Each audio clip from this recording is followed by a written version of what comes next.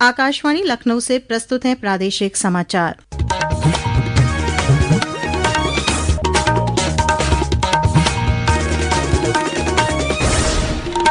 मुख्य समाचार।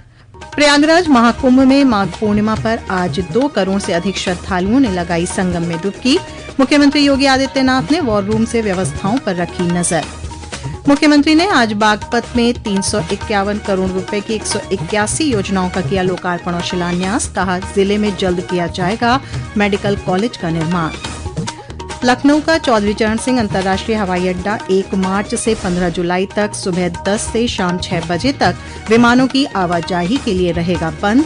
और अयोध्या में श्री रामलला मंदिर के मुख्य पुजारी आचार्य सत्येंद्र दास का आज पीजीआई लखनऊ में हुआ निधन। कल दोपहर 12 बजे दी जाएगी जल समाधि।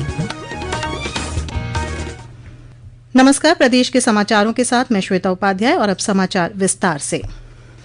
माघ पूर्णिमा के अवसर पर महाकुंभ में आज करीब 2 करोड़ श्रद्धालुओं ने संगम में स्नान किया। महाकुंभ में अब तक स्नान करने वालों का आंकड़ा 46 करोड़ के पार पहुंच गया है। पेश है एक रिपोर्ट। माघी पूर्णिमा पर श्रद्धालुओं को संगम तक पहुंचाने और पवित्र स्नान के बाद सुरक्षित वापसी के लिए प्रदेश सरकार ने विशेष व्यवस्था की है। स्नान के दौरान श्रद्धालुओं की सुविधा के लिए मेला क्षेत्र में वेरिएबल मैसेजिंग डिस्प्ले पर जरूरी सूचनाएं प्रसारित की जा रही हैं। लगभग 1 माह से महाकुंभ मेला क्षेत्र में बेहद सादगी और अनुशासन का पालन कर रहे कल्पवासी भी आज माघ पूर्णिमा के स्नान के साथ इस साधना का समापन कर रहे हैं। नॉर्वे के पूर्व मंत्री एरिक सोलहोम भी आज महाकुंभ पहुँचे। उन्होंने इसे विश्व का सबसे बड़ा आध्यात्मिक आयोजन करार दिया। इंटरनेशनल बॉक्सर मैरी कॉम ने भी आज मेला क्षेत्र में आयोजित खेल महाकुंभ में हिस्सा लिया। इसके अलावा पूर्व भारतीय क्रिकेटर और कोच अनिल कुंबले ने भी माघ पूर्णिमा के पावन अवसर पर त्रिवेणी में आस्था की डुबकी लगाई। प्रवीण मिश्र, महाकुंभ नगर, आकाशवाणी समाचार, प्रयागराज। मुख्यमंत्री योगी आदित्यनाथ ने माघ पूर्णिमा के स्नान के दौरान अपने वॉर रूम से व्यवस्थाओं की निगरानी की और डीजीपी, प्रमुख सचिव गृह और वरिष्ठ अधिकारियों को आवश्यक दिशा निर्देश भी दिए। मुख्यमंत्री ने सुरक्षा व्यवस्था और यातायात प्रबंधन पर विशेष रूप से ध्यान केंद्रित करने के निर्देश दिए हैं। पेश है एक रिपोर्ट। माघ पूर्णिमा पर देश विदेश से महाकुंभ में आने वाले श्रद्धालुओं की सुरक्षा ऑपरेशन चतुर्भुज के जरिए की गई। इसके अलावा integrated command and control centre की स्पेशल टीम ने हाईटेक सेफ्टी सर्किल भी बनाया, जिसके जरिए कल देर रात से ही श्रद्धालुओं की सुरक्षा, सुविधा, अपराध नियंत्रण और क्राउड मैनेजमेंट के हर पहलू पर नजर रखी जा रही है। ये टीम लगभग 2700 हाईटेक कैमरों, एंटी ड्रोन सिस्टम और विशेष सुरक्षा टीमों के जरिए हर गतिविधि पर पैनी नजर रख रही है। इसके साथ ही एंटी ड्रोन सिस्टम भी अलर्ट मोड में रखा गया है। आकाशवाणी समाचार कक्ष से शैलेंद्र शर्मा। पुलिस महानिदेशक प्रशांत कुमार ने बताया कि सुरक्षा और भीड़ प्रबंधन में लगातार सुधार किया जा रहा है। उन्होंने कहा कि योजनाबद्ध तरीके से काम करने के सकारात्मक नतीजे मिल रहे हैं। प्रबंधन की एक टेक्निक है कि बिल्ड बैक बेटर, मतलब पहले से और बेटर करें। कम्युनिटी का फीडबैक इंक्लूड करके हम चीजों को और बेहतर बनाएं। हम लोगों ने लखनऊ में भी एक वार रूम बना रखा है, जहां से लाइव फीड हम प्रयागराज क्षेत्र का ले रहे हैं। लगभग 2500 से अधिक कैमरे हमारे एक्टिव हैं और सभी का लाइव फीड हमारे ICCC जो प्रयागराज में है वहां जाता है और यहाँ भी देखा जाता है। वहां एक काफी सीनियर IPS अफसर को प्रभारी बनाया गया है। जो प्रबंधन किए गए उसका यह सुखद परिणाम है कि चीजें बहुत ही व्यवस्थित और सुनियोजित तरीके से भीड़ होने के बावजूद चीजें चल रही। महाकुंभ में स्नान करने के लिए प्रयागराज पहुंच रहे श्रद्धालुओं और पर्यटकों को वापस उनके गंतव्य तक पहुंचाने के लिए परिवहन निगम लगभग 3000 आरक्षित बसों के अलावा 1200 अतिरिक्त बसों का संचालन कर रहा है। श्रद्धालुओं के लिए बने 4 अस्थायी बस स्टेशनों से हर 10 मिनट में रोडवेज बस उपलब्ध कराई जा रही है। वहीं महाकुंभ के नजदीक के स्थानों तक श्रद्धालुओं को पहुंचाने के लिए 750 शटल बसें भी लगाई गई हैं। प्रदेश के विभिन्न जिलों में भी माघ पूर्णिमा के अवसर पर श्रद्धालु पवित्र नदियों में डुबकी लगा रहे हैं। वाराणसी में गंगा स्नान के लिए उमड़ी भीड़ के सुरक्षित स्नान करने के लिए जल पुलिस, NDRF और पुलिस की तैनाती की गई है। साथ ही ड्रोन कैमरों से निगरानी भी की जा रही है। अयोध्या में भी बड़ी संख्या में श्रद्धालु श्री रामलला के दर्शन के साथ सरयू में पावन स्नान कर रहे हैं। फर्रुखाबाद और अमरोहा के गंगाधाम, तिगरी में आसपास के जनपदों से पहुंचे श्रद्धालुओं ने गंगा में स्नान किया। मुख्यमंत्री योगी आदित्यनाथ ने राष्ट्रीय लोकदल के पूर्व अध्यक्ष चौधरी अजित सिंह की जयंती पर आज बागपत में 351 करोड़ रुपए की 181 योजनाओं का लोकार्पण और शिलान्यास किया। कार्यक्रम में केंद्रीय राज्य मंत्री जयंत चौधरी भी उपस्थित रहे। छपरौली में एक जनसभा को संबोधित करते हुए मुख्यमंत्री ने कहा कि सरकार ने बागपत के औद्योगिक विकास के लिए दिल्ली बागपत देहरादून एक्सप्रेसवे के पास एक इंडस्ट्रियल कॉरिडोर के निर्माण का निर्णय लिया है। उन्होंने कहा कि यह कॉरिडोर प्रदेश में औद्योगिक विकास को नई ऊंचाइयों तक ले जाएगा। उन्होंने जिले में एक नए मेडिकल कॉलेज के जल्द निर्माण की घोषणा भी की। ये समाचार आप आकाशवाणी लखनऊ से सुन रहे हैं।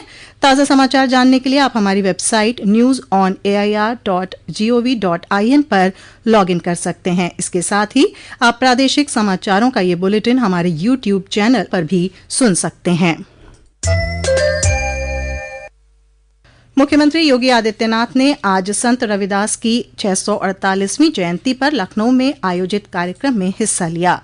इस अवसर पर उन्होंने कहा कि संत रविदास ने हमेशा कर्म को महत्व दिया। श्री योगी ने कहा कि कर्म को महत्व देकर ही हम भी विकसित भारत की कल्पना को साकार कर सकते हैं। उन्होंने कहा कि प्रधानमंत्री नरेंद्र मोदी के विजन के अनुरूप डबल इंजन की सरकार ने संत रविदास की जन्मभूमि का विकास किया है। हमने सदगुरु रविदास जी महाराज की पावन जन्मभूमि सीर गोवर्धन काशी में प्रधानमंत्री मोदी जी के विजन के अनुरूप वहां पे भव्य स्वरूप दे दिया। वहां यात्री विश्रामालय बना दिया। सदगुरु रविदास जी महाराज की भव्य प्रतिमा रखवा दी गई। पार्क का निर्माण कर दिया गया। 4 लेन की कनेक्टिविटी दे दी। यानी 17 के पहले वहां सिंगल लेन की सड़क थी, आज वहां पर 4 लेन के साथ जोड़ दिया गया, जिससे इस पूज्य संत की ये जन्मभूमि काशीवासी पाकर के धन्य धन्य है और उसके साथ जुड़ करके देश और दुनिया को हम आकर्षित कर सकेंगे। संत रविदास की जन्मस्थली वाराणसी के सीर गोवर्धनपुर में उनकी जयंती उत्साह के साथ मनाई गई। केंद्रीय कपड़ा मंत्री गिरिराज सिंह ने आज ग्रेटर नोएडा में भारत टैक्स 2025 के दूसरे संस्करण का शुभारंभ किया। इस मौके पर केंद्रीय मंत्री गिरिराज सिंह ने कहा कि यह एक्सपो आत्मनिर्भर भारत की दिशा में एक बड़ा कदम है और मेरा सौभाग्य है कि नरेंद्र मोदी जी के नेतृत्व में पहली वर्षगांठ हम मना रहे हैं भारत टैक्स का, ट्रेड फेयर का। लेकिन ये दुनिया का सबसे बड़ा भारत टैक्स बन रहा है, क्योंकि पिछले बार 3000 आए थे बाहर से विदेशी मेहमान खरीदार, आज 6000 के लगभग में आए हैं। ये बताता है कि दुनिया का सबसे बड़ा टेक्सटाइल का ट्रेड फेयर भारत टैक्स बन चुका है। लखनऊ के चौधरी चरण सिंह अंतर्राष्ट्रीय हवाई अड्डे को 1 मार्च से 15 जुलाई तक सुबह 10 से शाम 6 बजे तक विमानों की आवाजाही के लिए बंद रखा जाएगा। हवाई अड्डे के प्रबंधक ने बताया कि रनवे के रीकारपेटिंग कार्य के चलते विमानों का परिचालन बंद रखा जाएगा। इस दौरान हवाई अड्डा प्रबंधन सेवाओं की निरंतरता सुनिश्चित करने और यात्रियों और एयरलाइनों की सुविधा के लिए एक व्यापक योजना को लागू करेगा। अयोध्या में श्री रामलला मंदिर के मुख्य पुजारी आचार्य सत्येंद्र दास का आज लखनऊ स्थित पीजीआई में निधन हो गया। वह 87 वर्ष के थे। मुख्यमंत्री योगी आदित्यनाथ ने उनके निधन पर दुख जताया है। श्री दास पिछले 34 वर्ष से रामलला की सेवा कर रहे थे।